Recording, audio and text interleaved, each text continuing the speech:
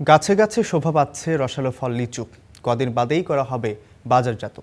এ নিয়ে জানাতে দিনাজপুর থেকে যুক্ত হচ্ছেন আমাদের সহকর্মী মোস্তাফিজুর রহমান। মোস্তাফিজ, শুভ সকাল। বেশ কিছুদিন ধরে বৃষ্টি হচ্ছে, দিনাজপুরের কি অবস্থা? দিনাজপুরের লিচু বাগানের কি অবস্থা? বৃষ্টির কারণে লিচুর কোনো ক্ষতি হয়েছে কিনা, সেই সাথে আরও একটি বিষয় জানতে চাই, কবে নাগাদ লিচু বাজারজাত করা হবে?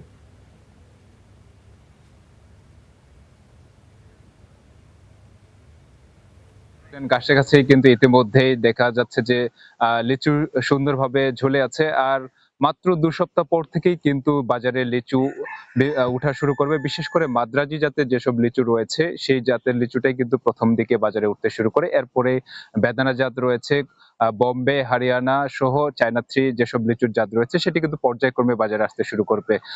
লিচুর মুকুল আসা থেকে শুরু করে বাজারে বিক্রি করা পর্যন্ত আমরা সবসময় দেখেছি চাষিদের মধ্যে কিন্তু একটা উদ্বেগ উৎকণ্ঠা কাজ করে, যেহেতু তাদের আহ আবহাওয়ার সাথে মানিয়ে নিয়েই কিন্তু তাদের যে চাষাবাদ সেটি কার্যক্রম করতে হয়।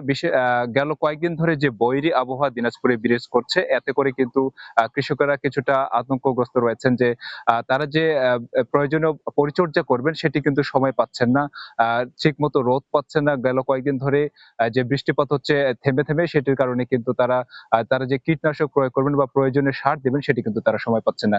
আমি যদি বলি তাহলে আজকে রাত থেকে যে মধ্যরাত থেকে শুরু করে এখনো পর্যন্ত কিন্তু প্রায় ৫৮ মিলিমিটার বৃষ্টিপাত হয়েছে। আবহাওয়া অফিস কিন্তু সেটি রেকর্ড করেছে।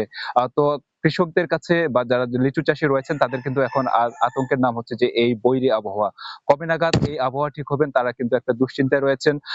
এরপরে যদি আবারও রোদ শুরু হয়, এই যে বৃষ্টি হয়ে গেল সেক্ষেত্রে কিন্তু আ লিচুর যে ডাঁটা রয়েছে সেটি কিন্তু অনেকটাই দুর্বল হয়ে যাবে এবং লিচু ঝরে পড়া বা ফেটে যাওয়ার তাদের মধ্যে একটা আশঙ্কা দেখা দেয়। এতে করে কিন্তু তারা লোকসানের মুখে পড়বেন। এবারে কিন্তু মাদ্রাজি জাতে এবং বোম্বে জাতের যেসব লিচু রয়েছে তার ফলন কিছুটা কম হয়েছে।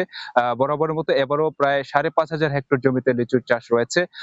ধারণা করা হচ্ছে যে আগামী ২ সপ্তাহের মধ্যে কিন্তু তারা বাজারজাত করতে পারবেন এবং পরিপক্ক হতে মাসখানেক সময়ের মধ্যে কিন্তু পরিপূর্ণভাবে বাজারে লিচু উঠবে।